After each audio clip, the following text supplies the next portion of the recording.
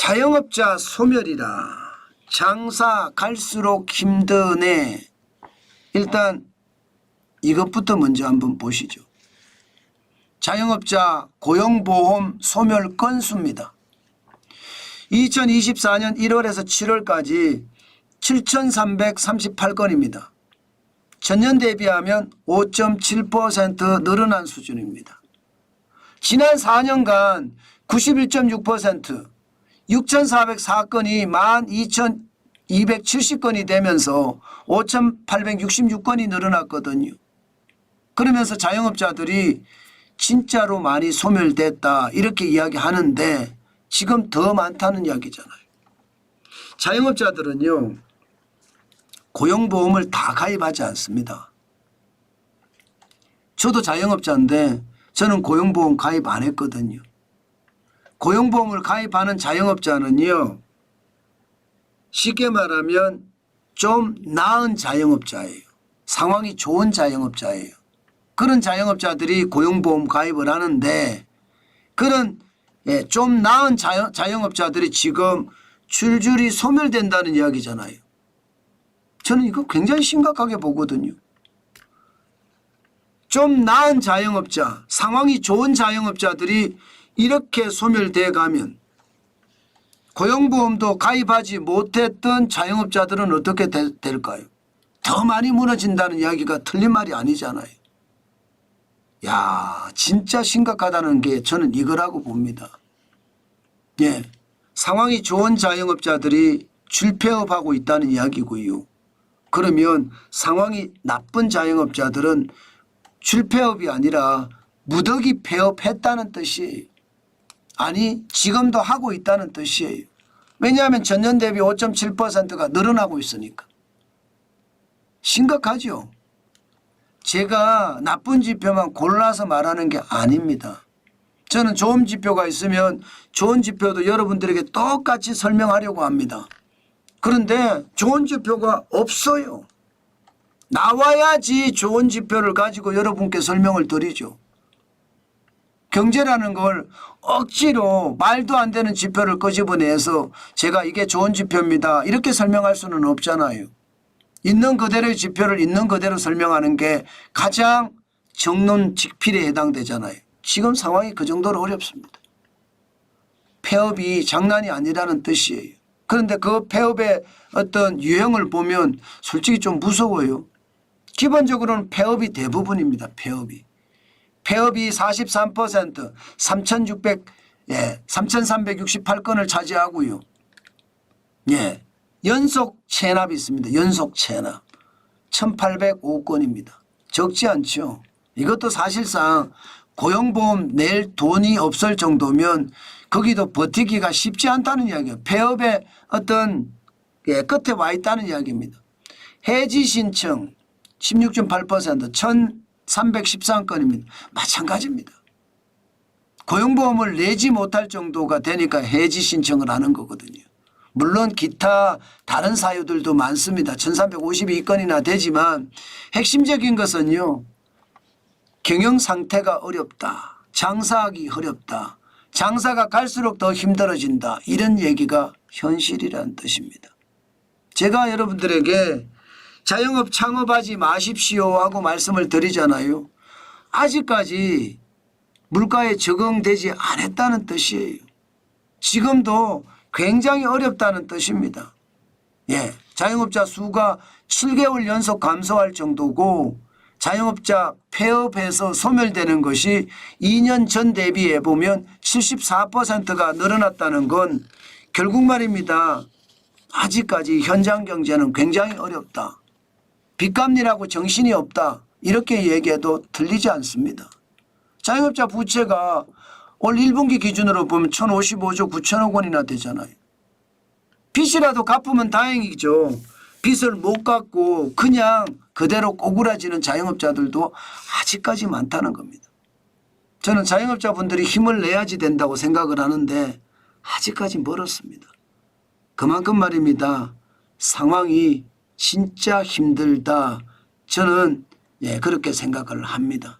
그만큼 우리 경제 상황이 아직은 힘들다. 저성장의 늪에 빠져서 허우적거리고 있다. 이거 벗어나려면 시간이 아직도 많이 걸리겠다. 그 이야기입니다. 네, 다음 소식으로 넘어가겠습니다. 다음은 이겁니다. 중국발 현금 살포. 시장은 난리 났다. 여러분, 중국이 은행의 취급 준비율도 내리고 사실상 기준금리라고 하는 대출 우대금리 LPR 1년 만기 신규 대출도 내리고 5년 만기 주택담보대출도 내리고 이렇게 돈을 엄청나게 푼다고 하니까요. 중국의 주식시장에서 뭐 4%까지 올라가면서 급등했잖아요. 지금 그 여파가 유럽으로도 미쳤고요. 그리고 그 여파가 미국으로도 미쳤습니다. 실제 유럽도 말입니다. 시장이 많이 올라갔거든요. 뭐 계속 떨어지고 있는 판에서 지금 유럽이 올라갔다는 게 참 신기할 정도거든요. 프랑스는 1.28%가 올라갔고요. 독일은 0.8%, 그리고 영국도 0.28% 올라갔습니다. 유럽까지 올라갔으니까 이게 이제 연결되면 해 떠는 순서대로 올라간다고 제가 말씀을 드렸잖아요. 미국은 또 올라갔습니다. 대형주 중심의 S&P 500이 0.25% 올라가면서 14.36이 올랐거든요. 당연히 사상 최고입니다. 5,732.93 결국 5,700을 달성을 했어요. 이제는요 S&P 500이 6,000 간다는 이야기도 나옵니다. 6,000. 장난이 아니죠. 대형주 중심이 6,000까지 간다. 이야, 시장 진짜 엄청나다. 이렇게 예상할 수 있을 겁니다. 어디 그뿐입니까? 예, 블루칩 중심인 다우산업 지수도 사상 최고치입니다. 0.2가 올라서 83.57이 올랐는데 42,208.22를 기록을 했습니다. 당연히 사상 최고치입니다. 블루칩 중심인 다우산업지수까지도 사상 최고치가 올라가니까 시장에서는 난리 났다, 환호하고 난리도 아닙니다. 이야, 이게 끝이 어디야 도대체. 천장이 어딘지 도대체 모르겠다 이렇게 이야기합니다. 마찬가지로 나스닥 종합지수도 0.56이 올랐습니다. 100.25가 올라서 18,074.52까지 올라갔습니다. 참 시장을 보니까 여러분들도 진짜 깜짝깜짝 놀라시겠죠. 오늘 말입니다.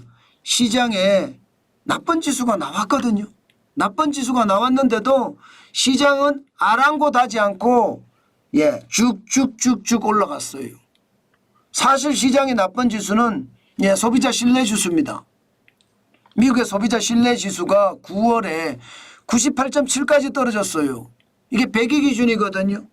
100보다 높으면 이게 소비를 많이 한다는 뜻으로 해석하고요.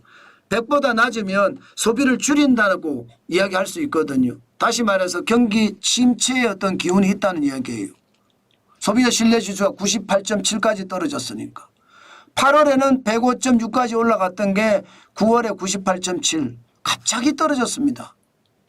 그러면 여러분 지난 6월에 97.8이나 4월에 97.0보다는 높지만 이게 갑자기 떨어진 걸로 보면 무섭죠.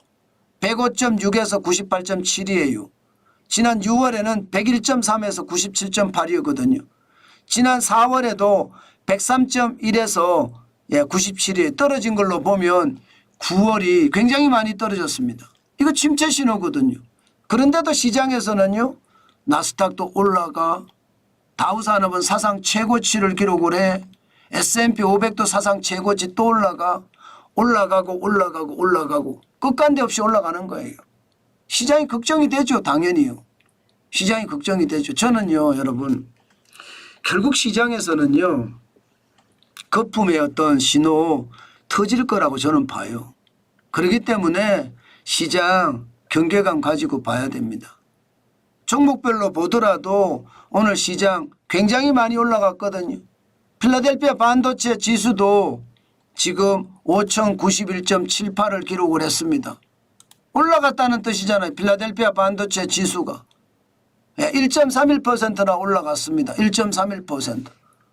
그러니까 반도체 올라간다 이 말이 되나요? 엔비디아가 3.94% 올라가서 120.87을 기록을 했으니까 굉장히 많이 올라간 거죠. 이렇게 되면 대한민국의 반도체도 좀 올라가겠죠. SK 하이닉스도 그렇고 삼성 전자도 그렇고요. 뭐 필라델피아 반도체 지수도 올라가고 엔비디아 주가도 올라갔는데 우리도 함께 올라가지 않겠느냐 그런 생각 저는 충분히 할 수 있다고 생각을 하고요. 게다가 IT 애플이 또 올라갔습니다. 227.37까지 올라갔습니다. 0.4% 올라갔습니다. 이렇게 올라가니까 IT도 좋은 거예요. IT도 좋으면 반도체는 당연히 좋지 않겠어요. 예, 우리나라 같으면 IT 같으면 뭐 아무래도 LG전자나 삼성전자나 아니면 뭐 LG 이노텍 같은 데도 있잖아요. 그런 데가 올라간다는 이야기니까 참 대단하죠. 저는 그래서 우리 시장도 좀 오늘도 변동성이 있지 않을까 싶어요. 게다가 테슬라 254.27달러까지 올라갔습니다. 오늘도 1.71달러가 상승했습니다. 그러면 전체적으로 시장에서는 전기차나 2차 전지도 올라간다는 이야기잖아요. 그만큼 시장이 좋아진다는 이야기잖아요. 저는 여러분 시장을 보면서 야 진짜 대단하다 이런 생각을 많이 해봅니다. 중요한 것은요. 지금 시장에 어떤 어마어마한 어떤 힘을 가지고 올라간다. 테슬라도 애플도 엔비디아도 필라델피아 반도체 지수도 올라가지만 반드시 우리는 기억해야 될 게 소비자 신뢰 지수가 98.7까지 떨어졌다는 사실 반드시 기억을 하고 시장에 대응을 해야 됩니다. 저는 지금이 좀 특이한 시기라고 생각을 하거든요. 이럴 때 시장 조심하지 않으면 시장에서 오히려 봉변을 당할 수 있다는 것도 다시 한번 강조합니다. 그만큼 말입니다. 소비자 신뢰지수가 떨어진 게 깨름직하게 걸립니다. 그만큼 시장의 불안감이 커질 수도 있다는 거니까 다시 한번 생각해 보는 것도 생각해야 된다는 뜻입니다. 돈을 푸는 것은요. 그때가 좋아요. 그러나 시간을 두고 봐야 되거든요. 중국이 돈을 푼다고 했지만 그때가 좋을지는 몰라요. 당장은 좋습니다. 시간이 지나면 좋아져야 되는데 좋아지지 않으면 더 큰 위험이 올 수도 있다는 거. 부채 위기까지 올 수 있으니까 반드시 염두에 두고 생각해야 되겠다. 그 말씀 드리겠습니다.